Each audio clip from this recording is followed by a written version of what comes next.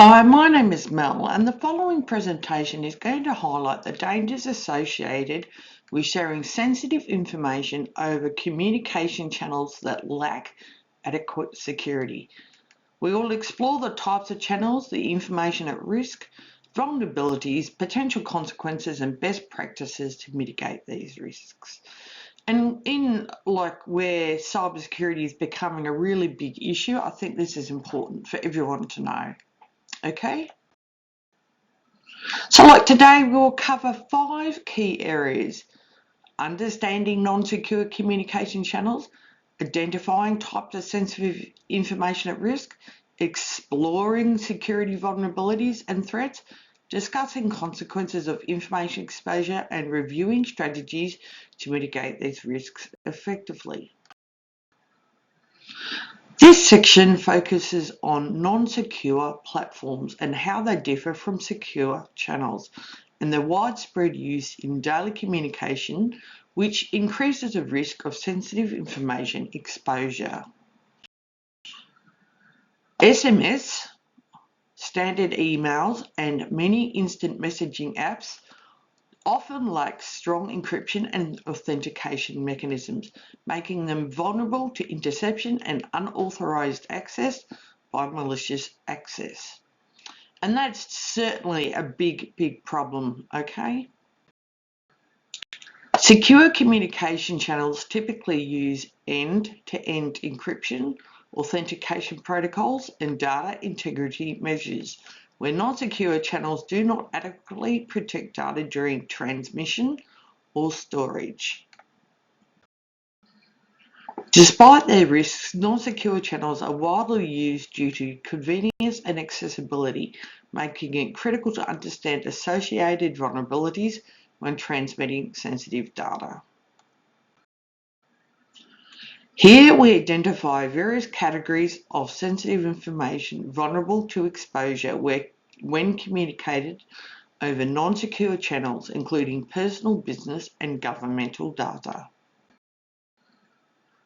Personal information such as social security numbers, bank details, and medical records are highly sensitive and can be exploited if intercepted, leading to identity theft, financial fraud, and other associated issues.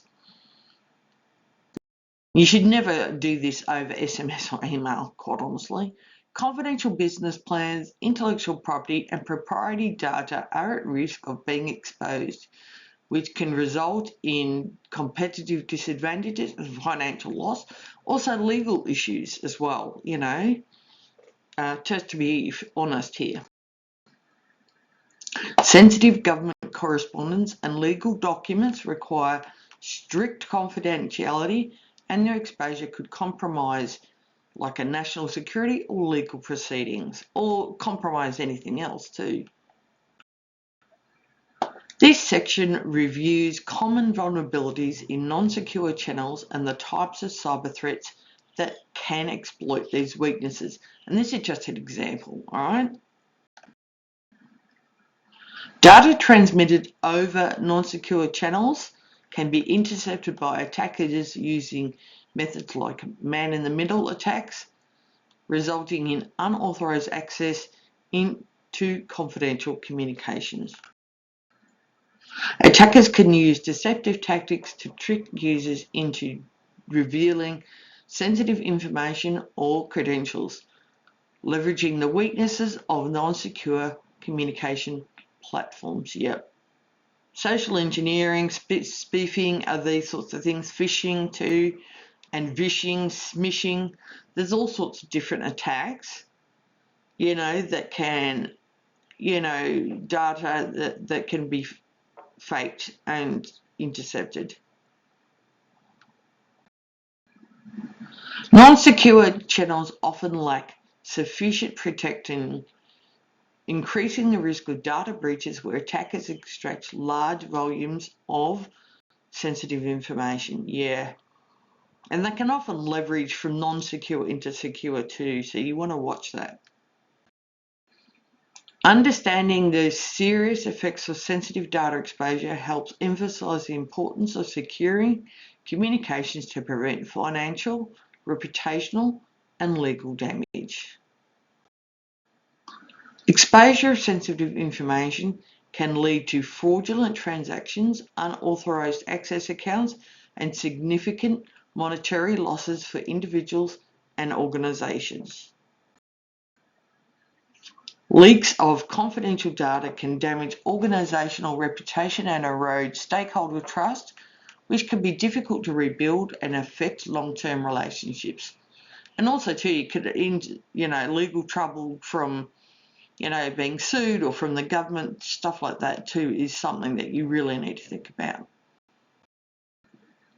Failure to protect sensitive information can result in violations of law and regulations, leading to fines, sanctions, and legal liability for organisations.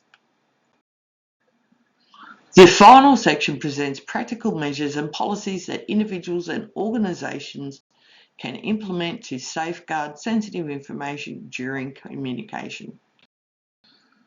Adopting tools that provide end-to-end encryption and secure authentication mechanisms significantly reduces the risk of interception and unauthorised data access. Educating employees about security risks, phishing tactics, and secure communication practices is vital to preventing inadvertent data links over non-secure channels. Yeah, you certainly do need to educate employees and everyday people, which is why I'm doing this. Conducting frequent security audits and ensuring compliance with relevant data protection regulations can help maintain robust defences and identify vulnerabilities promptly. So look, just in conclusion for this particular presentation, and we will do videos about more of this, communicating sensitive information over non-secure channels can expose individuals and organisations to significant risks. By understanding these dangers and adopting best practices, we can better protect confidential data and maintain trust and compliance. Yes, certainly is. And this is something that everyone needs to be aware of, okay? So thank you for your time.